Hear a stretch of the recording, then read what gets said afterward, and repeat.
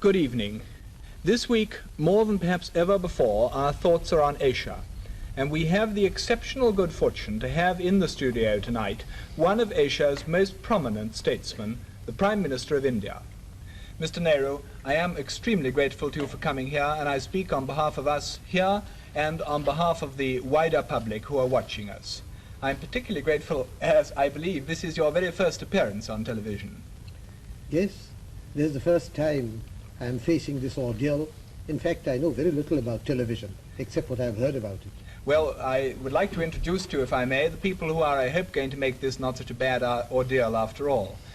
Sitting on my left is Kingsley Martin, the editor of the New Statesman and Nation, and beyond him is H.V. Hodson, the editor of the Sunday Times, and at the end, to ask the first question, is Donald McLaughlin, the foreign editor of The Economist.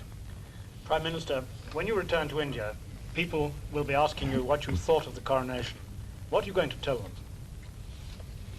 Well, I'll have to tell them a great deal, but principally that it's very impressive in many ways. The most impressive thing to me was, apart from it being a great spectacle, were the crowds here and the way they behaved. And one begins to like more and more the London crowds and their fortitude in inclement weather and their insistence on enjoying themselves whatever might happen. But is there going to be no criticism in India of your having come to the coronation? There was when I came, and there will be no doubt when I go back. But I don't think it will amount to much. Mr. Nehru, we all understand very well indeed why India decided to be a republic within the Commonwealth. What I think is a remarkable thing is why there is so little resentment in India towards the British in view of our past history. It seems to us that India is a most wonderfully magnanimous country. Can you explain this remarkable phenomenon of forgiveness? Well, partly we don't, I suppose, hate for long or intensively.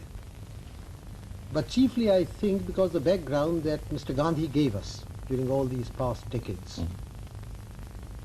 After all, you were in prison yourself 16 years, and you don't seem to have any resentment about it at all. We might almost be popular people in India. Astonishing thing, really. I think it's a good thing for a person to go to prison for a short while.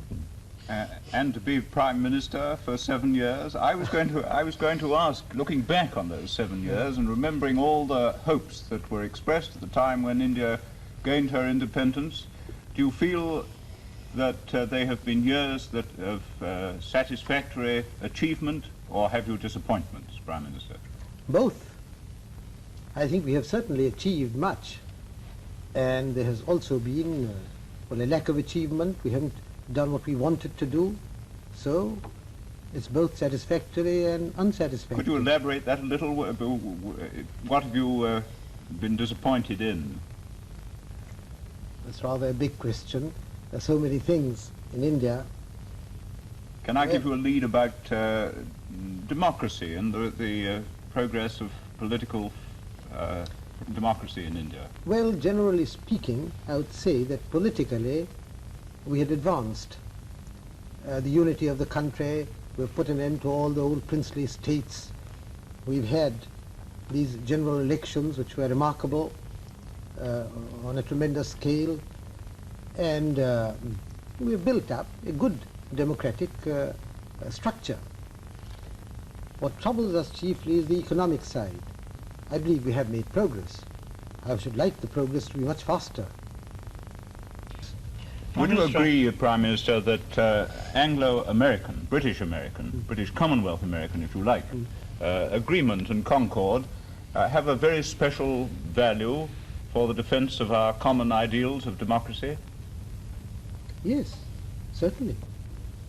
And that to aim for that has a value of its own, and that it may require sometimes some compromises from our side with policies that we don't see 100% eye to eye with on the other side of the Atlantic. But Mr. Hodson, politicians are always compromising.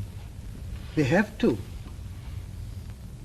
But there is a tendency, if I may say so, for leading statesmen in Europe and America to look at the world from Europe and America.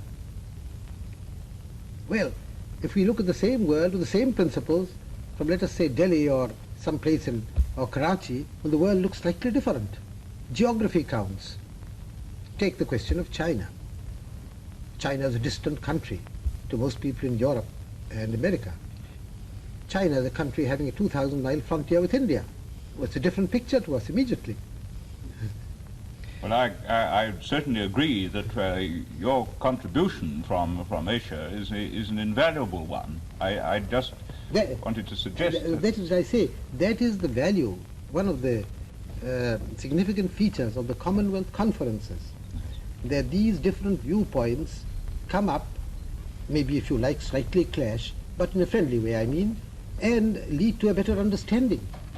That, I'm afraid, is all that we have time for now tonight, Mr. Nehru. I would like to thank you on behalf of ourselves and of the public, both for the questions you've answered as Prime Minister and also a few asides from Mr. Pandit Nehru.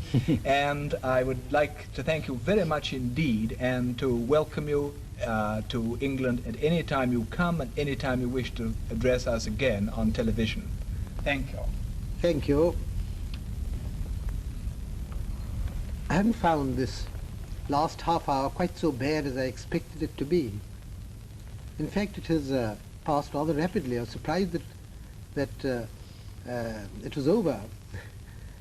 Perhaps because your questions were interesting and I got involved in them. Anyhow, it has been a pleasant time and I thank you for it.